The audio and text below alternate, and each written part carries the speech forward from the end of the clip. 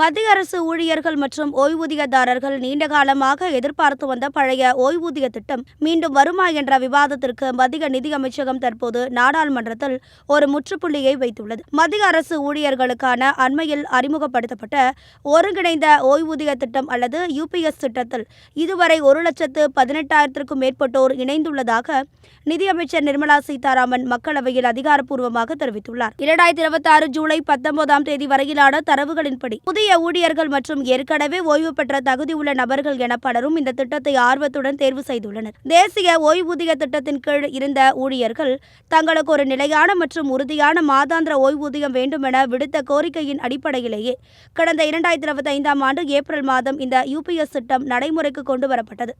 குறிப்பாக 10 ஆண்டுகள் பணி முடித்தவர்களுக்கு குறைந்தபட்ச ஓய்வூதியத்தை உறுதி செய்யும் அதே வேளையில் அரசின் நிதி நிலைமையையும் பாதிக்காத வகையில் இந்த புதிய கட்டமைப்பு வடிவமைக்கப்பட்டுள்ளது. இந்த புதிய திட்டத்தை தேர்வு செய்யும் ஊழியர்களுக்கு கிராஜுவிட்டி பலன்கள் மற்றும் வரி விலக்கு சலுகைகள் போன்றவை தடையின்றி வழங்கப்படுவதை நிதியமைச்சகம் உறுதி செய்துள்ளது. அரசு ஊழியர்களுக்கு வழங்கப்பட்டுள்ள இந்த யூபிஎஸ் திட்டத்தில் ஒருமுறை மட்டுமே பயன்படுத்தக்கூடிய ஒரு வாய்ப்பும் வழங்கப்பட்டுள்ளது.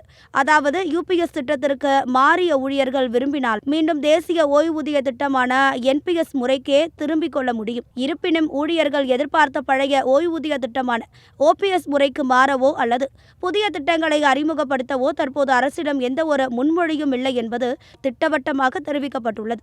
இதன் மூலம் பழைய ஓய்வூதிய திட்டம் மீண்டும் வருவதற்கான வாய்ப்புகள் முற்றிலும் இல்லை என்றே கருதப்படுகிறது. நிதி அமைச்சகத்தின் இந்த தெளிவான விளக்கம் எதிர்கால ஓய்வூதிய கொள்கையில் இனி எந்த மாற்றமும் இருக்காது என்பதையே உணர்த்துகிறது.